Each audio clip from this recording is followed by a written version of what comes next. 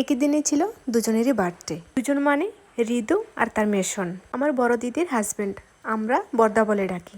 ঋতুর birthday celebration যখন মোটামুটি কমপ্লিট হয়ে গিয়েছিল, তখন দিদিকে ডেকে বললাম যে আমি বর্দার জন্য একটা কেক নিয়ে এসেছিলাম। কেক যেহেতু কাটবে তো বর্দাকে তো জানাতেই হতো। আর বর্দা এটা শুনে বলল, এই বয়সে কি এসব মানায়, কেন করলে তুমি? এরকম অনেক কিছুই শোনালো আমাকে। আর আমি আগে থেকেই প্ল্যান করেছিলাম যে ঋতুর বার্থডে সেলিব্রেশন কমপ্লিট হয়ে গেলে আমরা বর্দাকে নিয়ে একটা ছোট্ট কেক কাটবো সবাই মিলে। এখানে যারা যারা ছিল সবাই আমার নিজের লোক।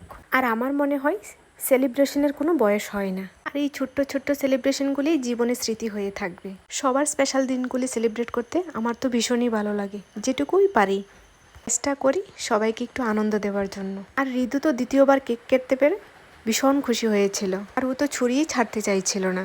অনেক কষ্টে ওর হাত থেকে ছুরিটা নিয়ে আমি কেকটা কেটে বর্দাকে খাওয়ালাম একটু। গত বছর যেদিন আমার ছেলে হয়েছিল, হসপিটাল থেকে গিয়ে দিদি বর্দার সাথে মিলে একটা ছোট্ট কেক কেটেছিল, আমার এখনো মনে আছে। আর একটা জিনিস যেটা আমি এখন লক্ষ্য করতে পেরেছি, যে ওই দিন ওই রুমে যে কটা মানুষ ছিল সবাইকে ধরে ধরে বর্দা কেক খাইয়েছিল।